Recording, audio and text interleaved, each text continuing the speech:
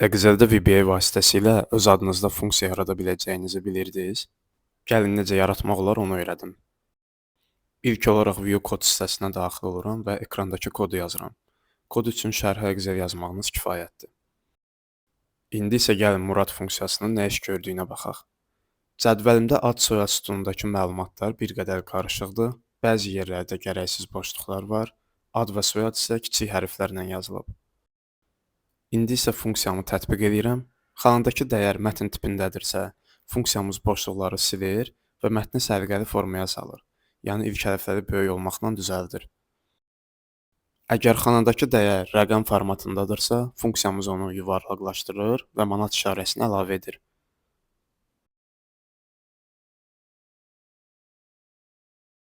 Məlumatım tarix formatındadırsa, ayın adını və həftənin neçənci gün olduğunu Azərbaycan dilində göstərir.